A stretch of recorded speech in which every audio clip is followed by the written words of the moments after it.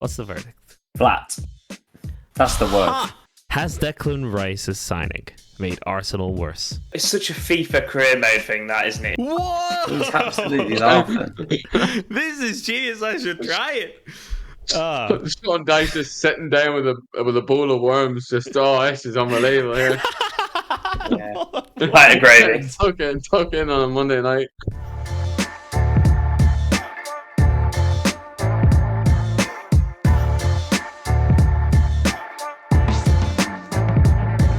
Hello, welcome back to Just Another Football Podcast. It's a good job I'm hosting this week, boys, because I frankly haven't watched anything from Sunday, and it was a massive day. It's a really big day to miss. Liverpool obviously won. North London derby finished in a Desmond. I thought you'd like that, Harry, but I know you have mixed feelings about this. Chelsea obviously lost again. We're going to have to talk about them for the 5th episode out of 6, I think. And Newcastle won 8-0. So, a very funny weekend that I missed all of it. I did watch Newcastle from 5-0, I think. But yeah, we'll discuss that later. But North London derby, Harry, I'm unsure about what Arsenal's expectations are here, and I want you to kind of bring me into how the Arsenal fans are feeling at this moment in time, regardless of the derby, just on the whole context of the season so far. Last season, you obviously had a title challenge, and this season it's looking a little slower. It looks like a Liverpool Man City title challenge again. How are we feeling here? What's the verdict? Flat. That's the word. It's flat. Yeah, it doesn't feel like this season's got going yet, really. And this was just, I feel like every week I keep saying, but when we start to play well, God, we'll be a great side. But when do you start to play well? At the minute. Yeah, it's got to start happening at some point. Otherwise, it's sort of the old adage. I feel like people were saying about Spurs last season, and then the luck ran out, and we've not been lucky, but equally we're just a bit stodgy. It's a hard watch at the minute, I must be honest. The things I don't like is sort of what I'm seeing, and it's tough because it was 3 games in a week, which is something we're going to have to contend with this season. I think if you were to pick a game to have as the 3rd game after having played in midweek and played the previous weekend, I think Spurs is up there with the worst you could pick, because they're kind of unique this season. They're a bit like, Chelsea's the obvious example of a team that didn't have Europe but were actually much better than that level and obviously end up winning the title because of it. Now, Spurs aren't going to win the league, but you usually have this split where if you play in Europe and then have someone at the weekend, you're either playing a team that are also playing in Europe, or you're playing a team that aren't in Europe because they're not very good, so you expect to win anyway. And I think Spurs this season might be the only team you sort of look at. We'll come on to Chelsea later on, but Spurs aren't in Europe, and this season it looks like they're going to be sort of the level of definitely a European side, sort of top 5, top 6, you'd say. They're in a good moment at this stage. That they've played well in their games to coming into the game on Sunday. And we just didn't do enough. We probably edged it, but as the home team, I expect us to be better than, you probably say the game is sort of 55-45. Spurs certainly did enough to warrant a draw, and we didn't do enough to sort of necessarily dictate winning it. And it's really frustrating to take the lead twice. It's really frustrating the continued insistence on basically kicking the ball into the back of our own net in home matches. Not away matches, just home matches. Something that happened a lot last season, hasn't changed this season.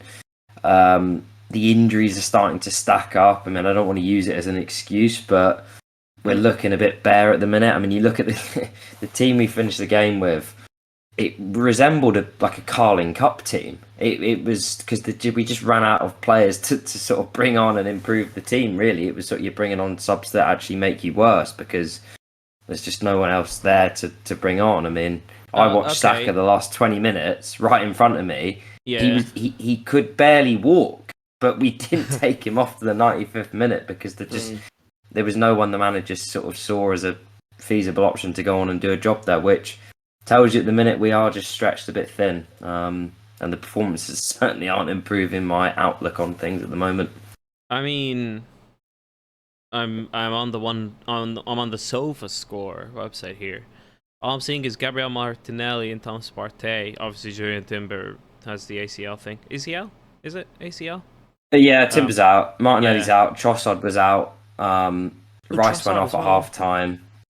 And then you've sort of got players like Jesus that are coming back and can't quite play 90 minutes yet. Like, I'm not making excuses because I'm not making excuses, but I'm going to give an excuse. Like, we bought. It feels like we bought in the summer to beef the squad, which we have. Like, if you gave us the equivalent injuries last season, we'd barely be putting a team out. Now we sort of are still able to put a good 11 out, but then when it's the third game in a week, I just think we needed to manage the game well. I don't think we could afford to sort of be going into the last 20 minutes of the game and be needing to bring players off the bench and really push for it. Like, obviously we had to with being a draw at that stage. This is the Philadelphia we needed Union to have it won. Sorry, this I just like see the resemblance here, but yeah, big observation. It's really frustrating because it's really frustrating. Like if we drew 0-0 again, we drew the third game in a row this week, and it's so frustrating. We had a real shot at second place in the conference, and now we just don't. Anyway, carry on. Yeah.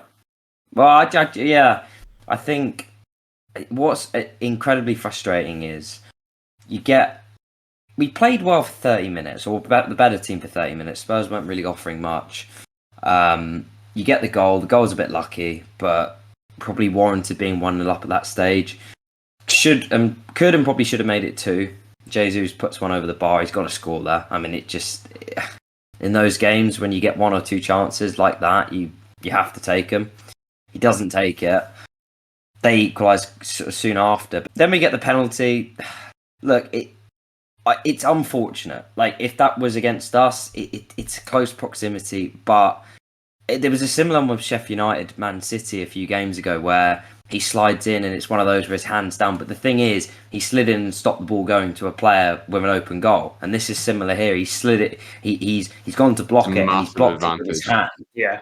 He stopped the ball going in the goal. And I just think when I don't know where it's sort of written in the rules, like whether the actual outcome that the use of the hand, because I know obviously in an attacking situation, right, you can't score or assist with your hand. So equally at the other end, if you're stopping a goal or stopping a clear opportunity with your hand, I think it probably has to get given.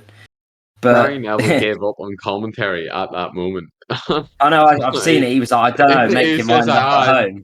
Decide yourselves. He's like, I do get it. Like, I, as a defender, he probably had loads of them in his day where you're going to block it. You can't do much about it. I do understand it. 20 years ago, it's not a penalty. I mean, it wasn't given, but like they're never going to get given. So Saka scored that penalty, and I was just really disappointed he didn't do Son celebration. I thought this was going to be a thing where he would just start. Me and my flatmate were watching it, and I was there going like, because he went, oh, he done the Rashford celebration before as well. And I was like, like this is a real power move. If he did, like, if his celebration is just stealing other people's celebrations, rubbing it in their face, like it's ballsy, but I like it. And it's like, and then it's like, is he going to be like the new? Is he like the Thanos of celebrations? He's like collecting all the main ones. They're playing PSG in the Champions League. Is he going to do the Mbappe one? I'm interested to see how this goes and how it pays off. But Maddison ended up getting the last laugh with it, but I still rate how ballsy it is from Saka. He didn't even get the goal either. It goes down as an OG. I mean, that's sort of what's quite funny about it. And then he gets turned for the goal. Oh, it was given as an own goal. Interesting. Yeah. I thought it was gone on target. Nah, it was going wide, I think. Was it? It was going wide. Yeah. But what I was just going to say is, what was then frustrating is if we'd got the ball down and passed it around for 5 or 10 minutes and just taken the sting out of it, taken the flow out of it and made them have to force it, you stand obviously a far better chance of getting a positive result. I was thinking, sorry, just I was thinking, man, there's no one else better on the pitch than killing a game off than Jorginho. Yeah, and this is the thing. It's like if you want somebody just not to benefit you going forward, not to benefit the other team in defense, but to just pass the ball sideways and Just keep the game as do boring as possible. You couldn't pick a better man for it. I mean, people have said like he's undercooked, which he is. He's not playing, right? I mean, okay, he played 20 minutes the other night, but then it is exactly that. Like, had it been Spurs were on a counter attack and someone just ghosted past him, I'd sort of look at it and go, yeah, I've seen that one before. It's Jorginho defending in open space. Like, we all know how that ends. But the fact that it is literally what it's like his bread and butter. And it's not even that. He's so good usually under far more pressure than what he was at. Like, he put himself under pressure by taking too long. Then he tries a drag back. I mean, it's just inexplicable, really. It's as bad a mistake. It was my only highlight of the weekend. I know, you were loving it. I saw that straight away. Show King of the Week. Chelsea were playing at the same time. And as somebody said on Twitter, he's now just called George. He does not deserve the email. Wait, 1 second. Yeah, I know. It's offensive to you, mate. I know. It's I tell you what, he tried to be Sergio Busquets there. He thought he could bait the press and then do the drag back and pull the other way like Jorginho does. Not reading the temperature been of the game. walking through MLS midfielders for 2 months now. He's been doing this every time he's on the ball. It's so funny. He didn't read the temperature of the game. Like, it was one of those where it's just don't make any mistakes for 10 minutes, get it down, take the sting out of it.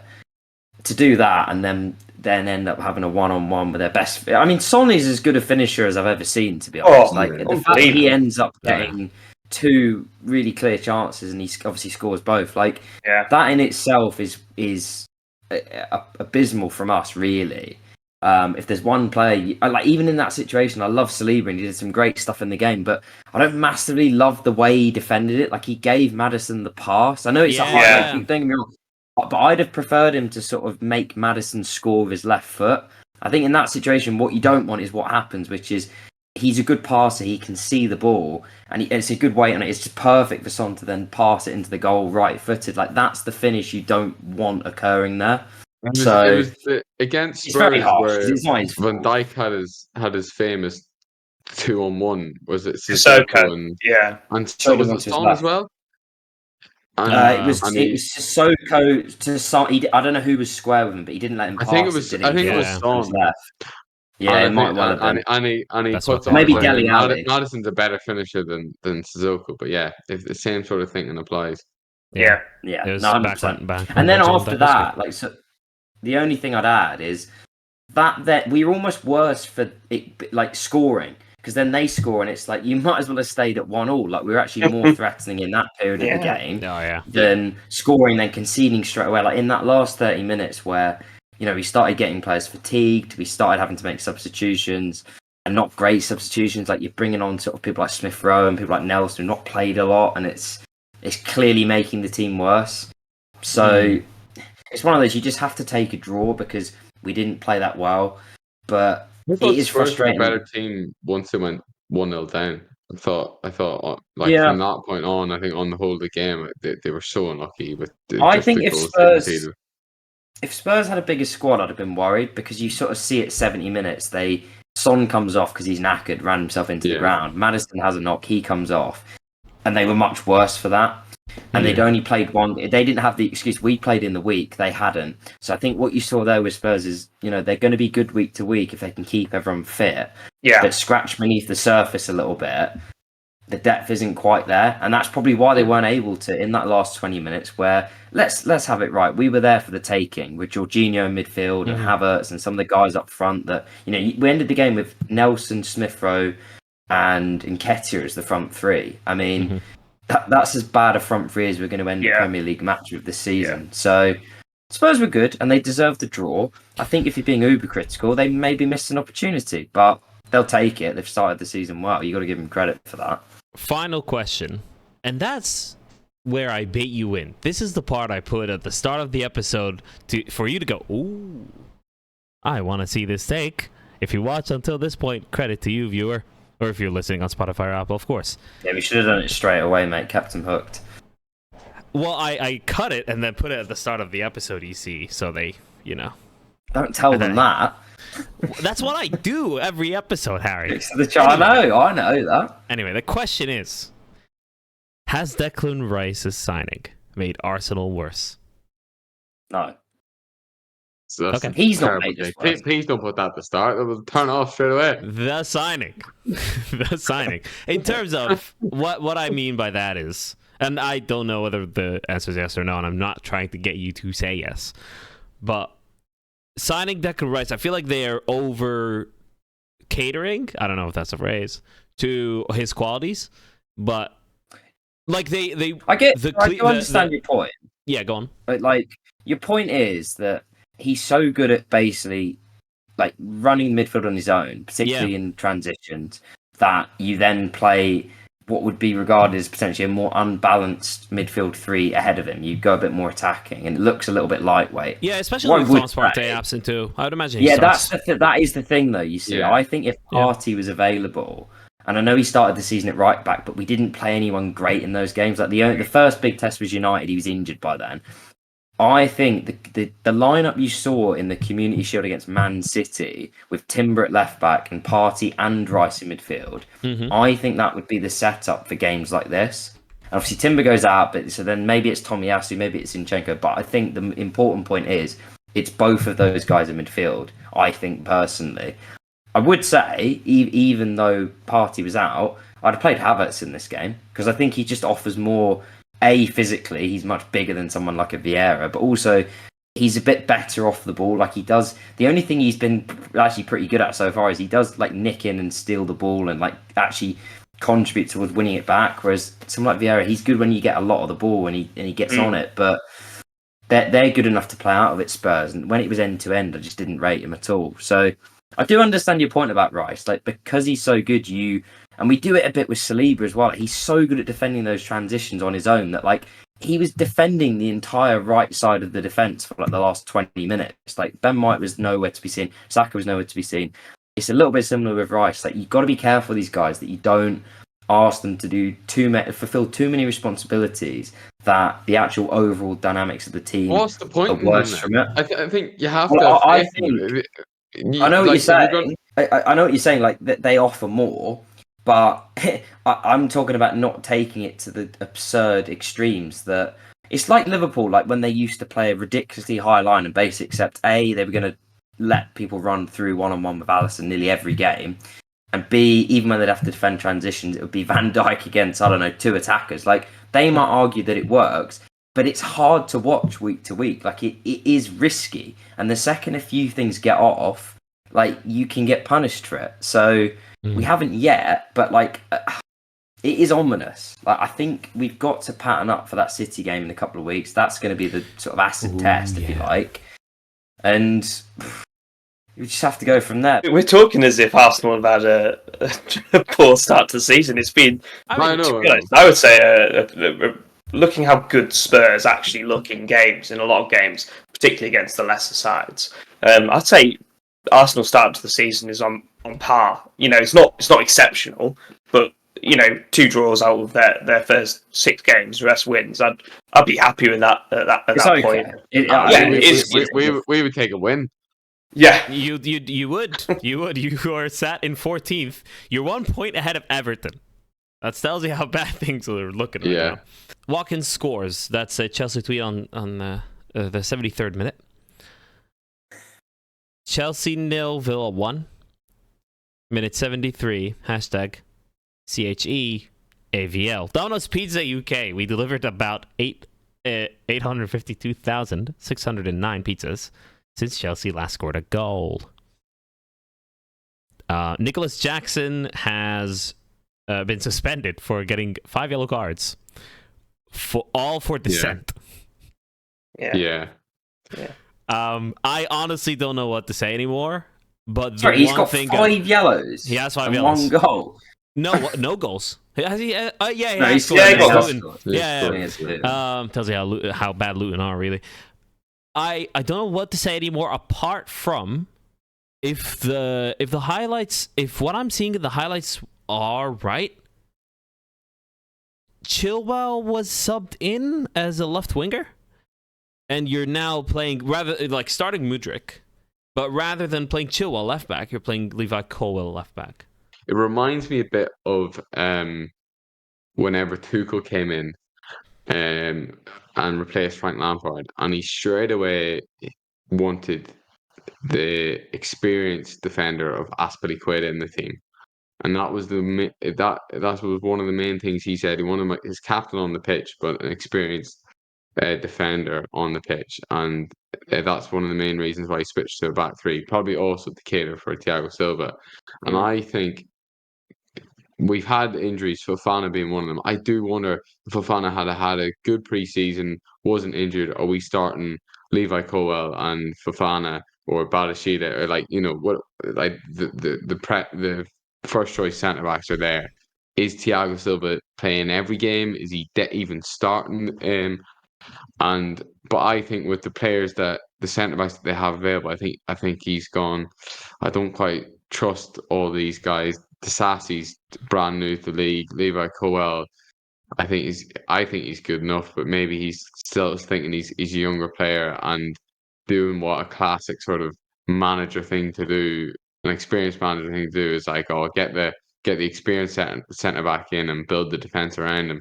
And it feels like all the decisions have been made based off that rather than sort of what's good going forward. So Thiago Silva's in there, and then it switches like to a back three of Coel, Thiago Silva, Disasi, Mal Gusto was playing further up the pitch, and Chilwell was as well. But the Chilwell thing, what annoyed me going into the season was that Mudryk and Jackson were in great form coming off pre-season, and they were linking up well. Scored a great goal. It was against Brighton. Was that the game you were at, Ali? Mudryk scored the good goal. Yeah, it was. Yeah, and he and so that was that. Mudryk's clearly like a confidence player. If I was with the run of games that we had at the start of the season, I would have just started Mudryk and just Absolutely. been like, I am just especially with Nkunku out. Yeah. I just would have started him. Chilwell, maybe drop Chilwell. Chilwell might be the one to drop, but I would have went.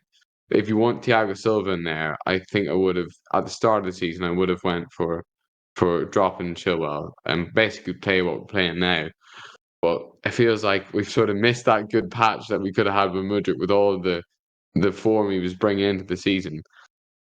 Things haven't quite worked out. I think we have been unlucky in games, and things just haven't quite clicked. But our XG is always like solid enough, and then we got unlucky with. I don't believe it was a red card. No. I know that I've seen them given, and it's a red card that's sort of come into the game. The first one I remember like this was Aaron Cresswell, and it was like a follow through of a kick, but he like this thing of like totally getting the ball, like no doubt about getting the ball. Like it's all in a split second here, but Digne does like go towards his foot because in my opinion. Mal Gusto's earned the right to have his foot there because he's so clearly won the ball. How did Mal Gusto get sent off and not Nketiah? Well, it's just not a red card. You know, it's just not a red card. That isn't a red. It's just not a red card. You know, and again, common sense. What I found it ridiculous was they overturned the yellow to a red. So it's not even a red card, and they've gone, okay, it's not obvious enough for us to go, it's not a red card. But the fact that they've changed it from a yellow to a red, what are these refs doing? It's getting worse under Howard Webb. Here's what I believe is happening, because that's coming from. Can I just say, Ali? Go on. Just on the VAR, what I found interesting. So the referee goes over to the screen. The first thing they done was they had a freeze frame of the contact, which I like. But then they showed the slow motion. I don't agree with showing it in slow motion. Definitely. I think that the referee needs to see the point of contact. I appreciate that. But then once they know where the point of contact is, show it in full flow. Don't slow down. It always looks worse slow down. Like you make any tackle look like a red card slow down. Yeah, what I believe is happening. That's coming from the fact that I was lucky enough to speak to Martin Atkinson and James Minwaring, who's one of the assistant referees in the summer, during the summer series. I think they are unfortunately way too afraid of making the wrong decision. So they have overproduced policy to the point that they are just following orders all along, and there's no room anymore for thinking. Yeah. And that just doesn't apply, right? Because soccer is a football.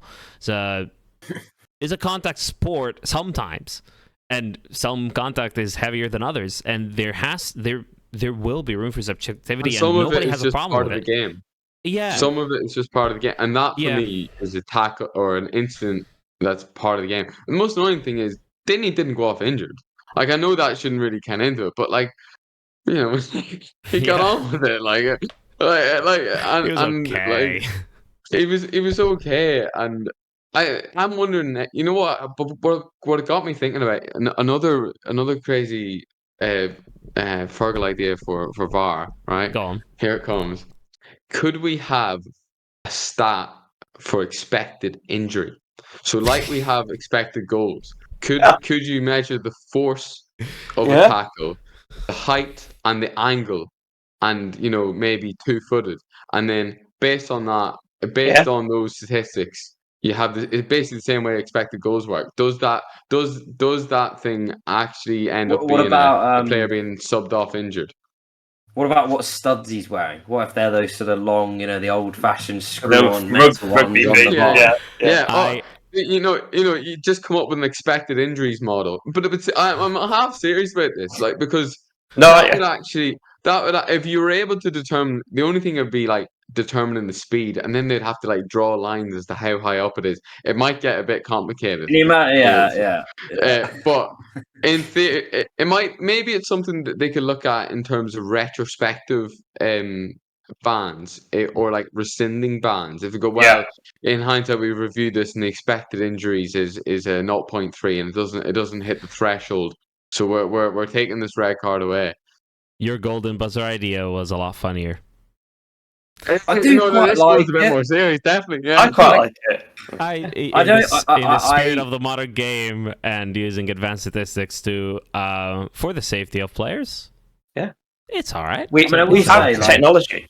Yeah, as a match going, the thing would be, it would take forever to they're already struggling to draw lines. Never mind the workout angles and all the rest of it. So, as a match going fan, if it comes up on the big screen, they're just reviewing this red card and looking at the expected injury of it. I mean, the loudest boo you're gonna lose a lot of people of all time.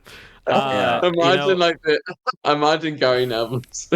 Whenever they come back with the image and it's got like an angle drawn on it and then like a thing and it all equals a 0.57 expected injury, you can just imagine like all of them losing their mind. But there. Yeah. See the angle, 39 degrees. Newcastle 5 United. Newtons. 5 Newtons. Well, Newcastle won 8-0. I feel like there's been a trend in the past few years of big scorelines. So since just before COVID, we had the 9-0, of course, at Southampton. Leicester won. And then we had Southampton lose again 9-0 to Manchester United. And then we had the 7-0 Liverpool Man United. And now the 8-0 here. I just found it interesting. And it's not like it's... the Premier League champion is beating a team from, I don't know, that's just come up in the championship. Like Newcastle United, Sheffield United, sure, there's that gap there, but Liverpool, Man United, and Leicester, Southampton, at the time, Leicester and Southampton would have had like European football ambitions. In a way, there was that gap, and Southampton were a bit of a downward spiral, but. I just find it interesting, but this was very funny though. Like, it genuinely felt like they're just walking. The Almiron goal is so funny. Almiron, I guarantee you he wasn't told to go there. he wasn't told to go there. He just like passed the ball and then ran around because he saw a gap between the just like the right back and center back for Sheffield United, and he just thought, "F it, I'm just gonna." Didn't make any sense. Yeah, and he just thought, "I'm gonna run through this and see what happens." Sheffield United. I think it was who was it? I'm not sure who it might have been, but he was grabbing onto the t-shirt like hopelessly as Almiron finishes. Yeah, it's just really funny. It's really, really funny. Enjoyed it. I think my theory on the big score lines is sometimes there can be a big disparity between the teams. But as you said, it's not always the case. But Yeah. I think it might be that just teams play with like a philosophy and they stick to it no matter what the scoreline is. And I think like the trend is now to play as positive football with a high line and all the rest of it. So those sort of tactics if they go wrong, they can go really badly wrong. And then if you stick to it and it still go badly wrong, and sometimes it goes past the point of no return. Like once you go over 5, like a lot of teams will hit 5 and then they'll be like crumble and be like, right, we're gonna just shut up shop. They're not having any more than 5. 5 is a ridiculous amount, and as it is. But if it goes past 5, it could hit 10. If once past 5 is no man's land. It's just how much time is there left, and then how much can the team that's winning be bothered to score goals like that? It's crazy. I really thought this could hit 10. If they were 8-0 in the like. They were 8-0 in the 87th. They were 7-0 in the 73rd. There was half an hour to play. Sorry, 20 minutes to play. Math. And they still didn't hit the record. It's disappointing, basically. Yeah. Only to They should have gone for it. Although, to be fair, they did bring on that Isaac. He was desperate when he to come on and get. He wanted to go. You could tell. I mean, he really wanted to score. score. Strike. If you were striking, yeah. Did they break a record for? They did. For the most individual goal scorers. Yeah. Most individual goal scorers. Most Premier League era, Liverpool did it before. I don't remember who it was against, but it was in 1987. I saw a screenshot somewhere. Doesn't count. That's before football was invented. Football was clearly invented in 1992. Did Everton beat Brentford? Have you got anything on that? Battered Brentford. I'll tell you what I've got. I didn't watch. Can't tell you. I'll step up. I'll step up to the plate. I don't think it's any coincidence Thomas Frank going to Monday Night Football and divulging, for want of a better word, Everton completely had their number. So yeah, I mean, I don't think it could have possibly been helped by their manager going on Monday Night Football and basically giving away all their tactics. So that's my take on it. No credit for Everton.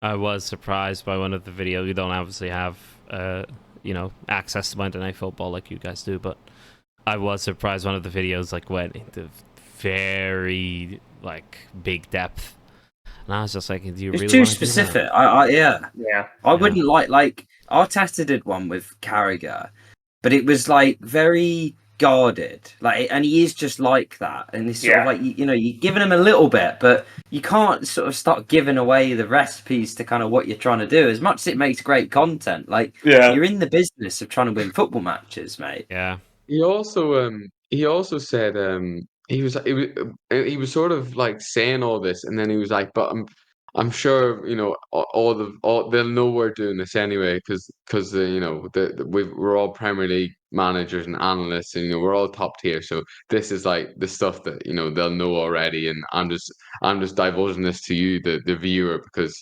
you're not on our level. So maybe Sean Dyche wasn't on that level before you said. He certainly is now. Yeah.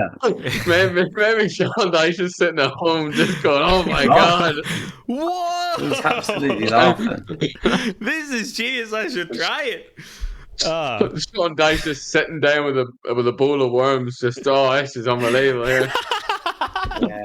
Quite a gravy. Tuck in on a Monday night. Oh my gosh! It's sad that it happened. Jelly worms. No. Of course. One of the tactical inventions of the season so far, speaking of tactics and stuff, was Jude Bellingham playing as like a striker. against Atletico Madrid. Like he was a proper number 9 in a 2-striker system. I don't know. I mean, they don't have Carlo Ancelotti was much doing. else up there. And do how did they, that go in for France? Well, yeah. I But mean, like exactly. Jude Bellingham has been running lost midfield 3-1. and like making all those late runs and scoring in the 95th minute, whatever, from said late runs. Twice he did that. It's such a FIFA career mode thing, that, isn't it? It's going, he's got good fit shooting stats. He's scored goals. Let's put him up front. That'll be right. It'll be fine. Yeah, he can play up there.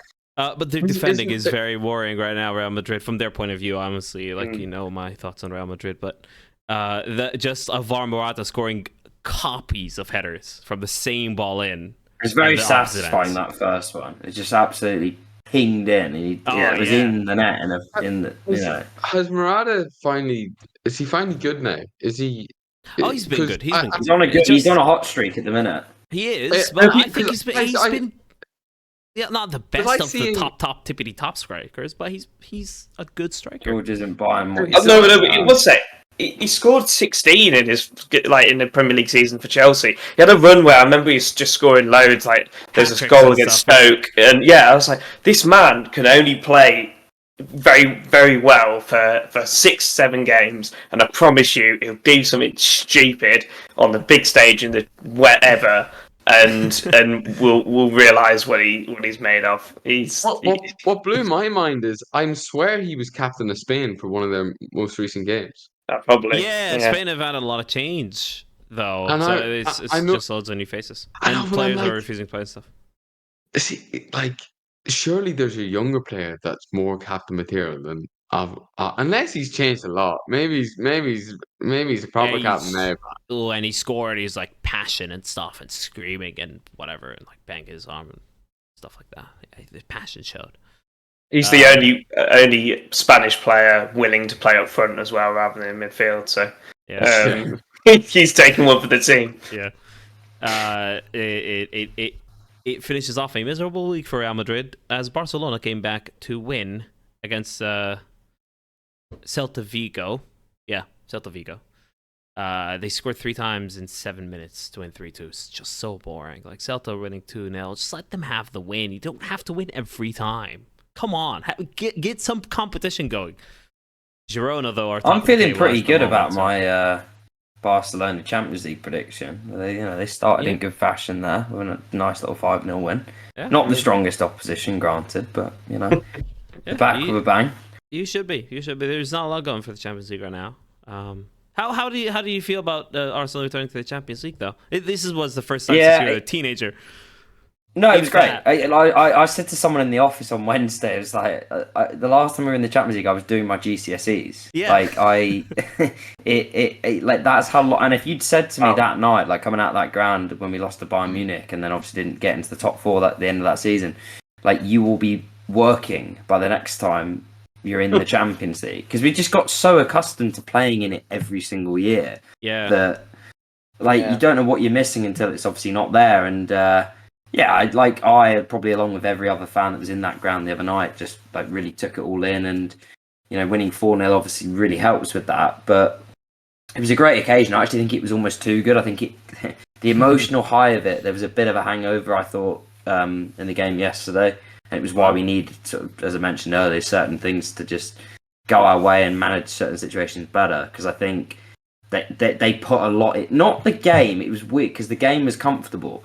But I think just the occasion itself, like for a lot of these players, first time playing in the Champions League, first time the club's been back there in over half a decade, I think it just took more out of them than it looked like it probably should have on paper. I really enjoyed that game.